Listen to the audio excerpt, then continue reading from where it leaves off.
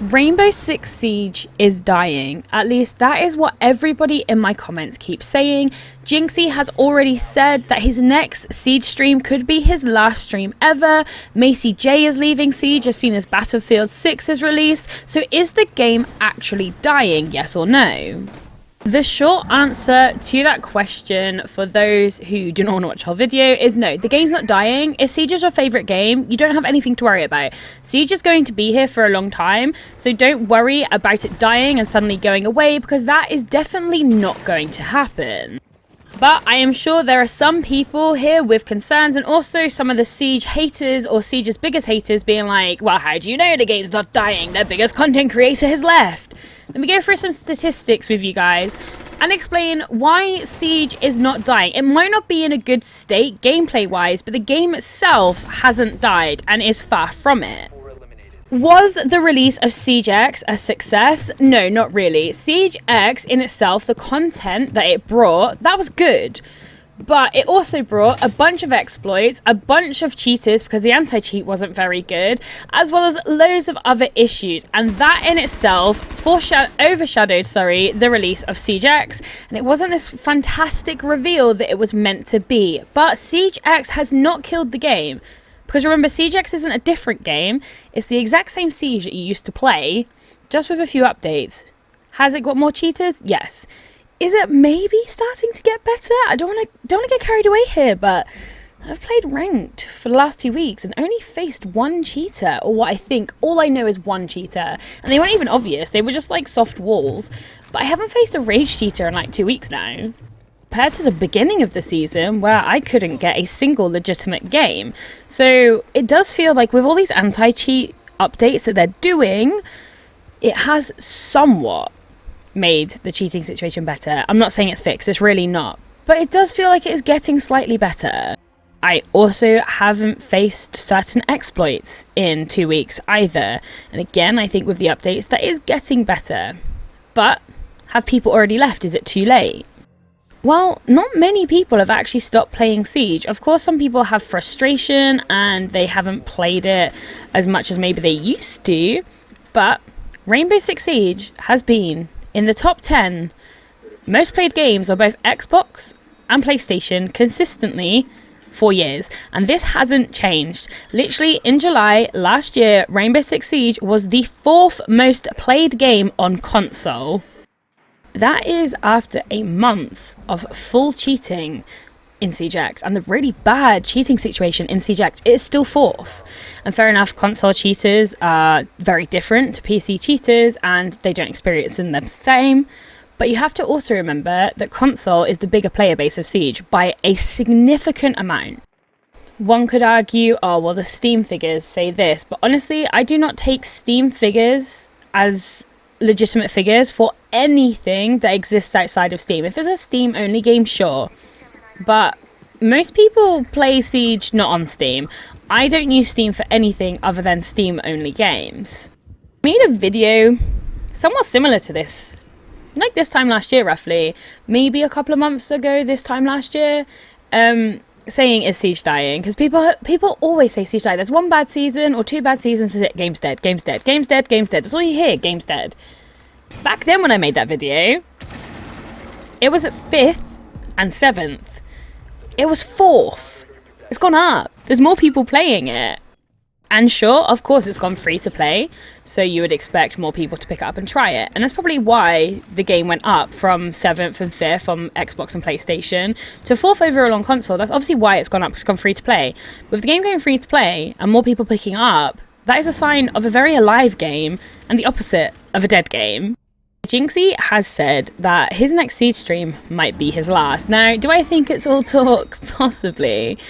But he just doesn't really play Siege that much anymore. Like, say the next stream was his last ever Siege stream, we won't really see that much of a difference because he barely plays the game anyway. And that is no shade or anything towards Jinxie, as I fully support him playing Clash Royale because his job is to stream.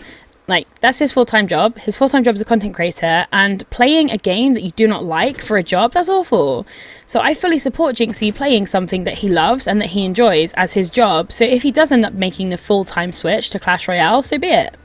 He has essentially said that he'll do a long stream the day the new season comes out, and if the game is not in a good state, it'll probably be his last ever Siege stream. So that's something to bear in mind if you want to see Jinxie play Siege. I would maybe watch his next stream when he does do it, because it might be his last. And Macy J has also said that when Battlefield 6 comes out, he don't want to play Siege anymore, and that's okay. Macy hasn't liked the game for a long time. He's been very transparent about that. It makes him very unhappy. And again, I think he should be happy. So if he's going to play Battlefield 6 because that makes him happy, that's fantastic. And I fully support it. Does it make Siege a dead game? No. Macy J has been one of the biggest content creators for Siege for literally 10 years. And just because one of the longest content creators of a game leaves, it doesn't make the game dead, as you get new content creators along the way. So Macy may leave the game, but you've now gained so many new content creators in the process. Anthony Pitt has returned after 4 years of being off YouTube. He's back. His first YouTube video back is already at 170,000 views in just one day. He is one of the biggest Siege content creators to ever exist, and he has just come back to the game. I am quite a new gen, I guess I'll use gen, content creator when it comes to Siege. I didn't start playing Siege until year 4, season 3. I was a content creator, I started my content creator journey in 2019-ish. So, you know, I've only been around doing content for the last 6 years, but I didn't start with Siege. I didn't move to Siege until like 2020, I think. Around 2019, 2020, I kind of dabbled in both Siege and the game I played previously in 2019, but I fully committed to just doing Siege in 2020. Sure, I am nowhere near in Macy J's league, the same, and obviously Jinxie's league. I'm nowhere near their league whatsoever. But I'm still a content creator for Siege. I have a following with Siege, and I started making content for Siege way after these guys because they inspired me to make content within the game. So although I started making Siege content in like 2020, I didn't start making on different platforms. I was only streaming at this time. I didn't start making it on different platforms until like 2023. And that's where I really started to see my success, or the success I've had so far anyway. It wasn't until 2023. People didn't really know who I was within the Siege scene properly until 2024. And this is because other content creators inspired me. So although those content creators may leave the game and not be around the game anymore, they've inspired so many, like hundreds of content creators to pick up this game. And although a lot of us aren't on their level, between us, we have masses of people who support us and support Siege through us. My new season content on a different platform was done the best this season, just released or now coming to the game, than it's done in like a year. That's really positive for a game that is supposedly dying or dead. But again, I just have to reiterate, it was 4th most played game in all of July on console, the biggest player base that Siege has. By such a large margin is console. If the game was dying, I'd expect it to not even be top 10, let alone increasing from 5 and 7 to 4. So sure, some of your favourite content creators might step away from this game because they very much feel Siege fatigue. That's okay. That is okay. It's disappointing, sure, and it's upsetting for some people, sure. But doesn't mean the game is dying. No. Does the game have lots of content planned for the future? Yes, next season should hopefully be a good season. A new operator is going to be very interesting. There's so many different things you can do with him. The meta is probably going to shift again, and I genuinely believe that the meta shift might actually bring people back. So many people are like, I'm not going to play anymore because ACOG doesn't exist. They will. They like to complain, but they'll still play.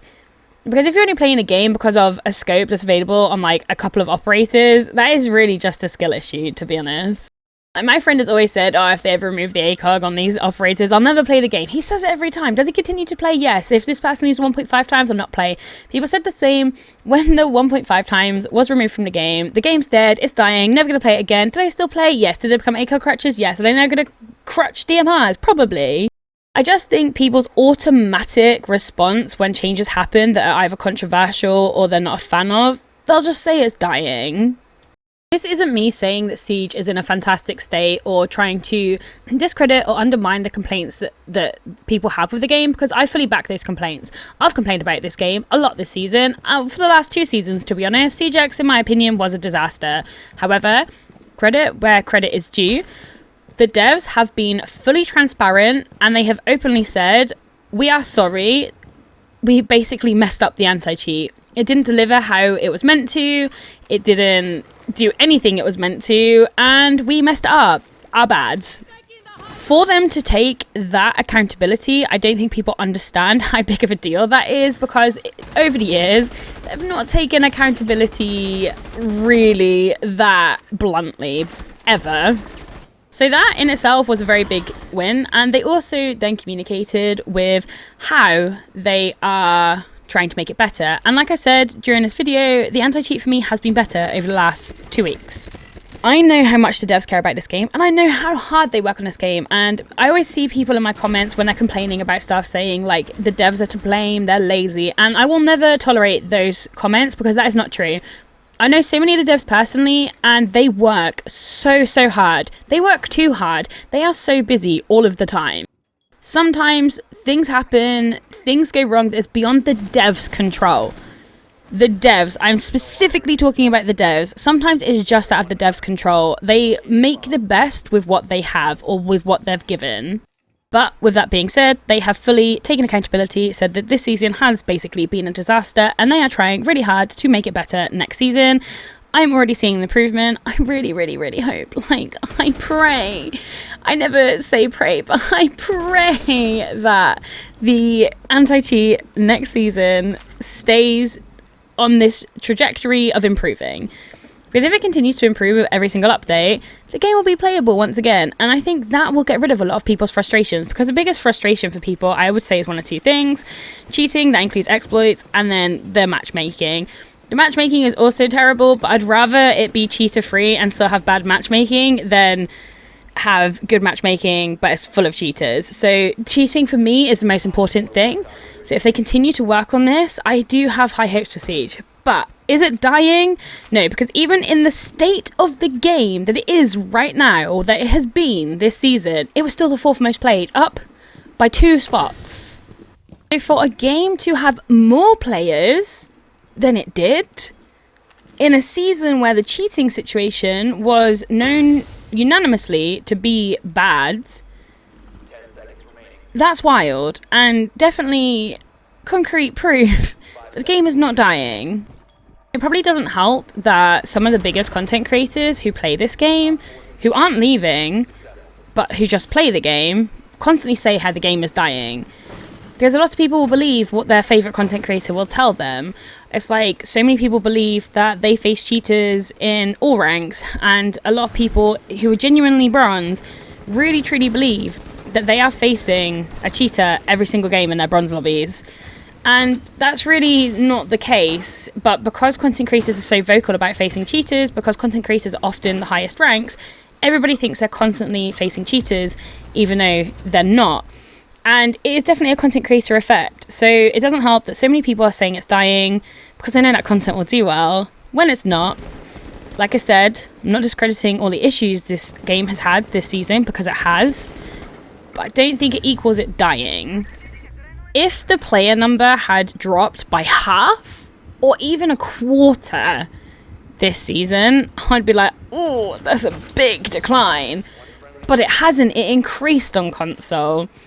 So for that reason, I think people don't need to stress. Your favorite game isn't going anywhere, and hopefully it won't go anywhere for a while. Hopefully it will make the extra 10 years that they said. But I just wanted to make this video because most of my comments is the game is dying, and then people are coming in saying, really? Really? Do you think so? I hope not. I just got into it. Like, you're good. You're all good. And before I get any of these comments, because I know I always get them, and I'm sure I'll get them because I'm saying this now too, I haven't been paid to make this video. I don't work for Ubisoft. Some people think I'm a dev. I'm not. I'm just a content creator. And I have been very vocal about how bad some of the season has been.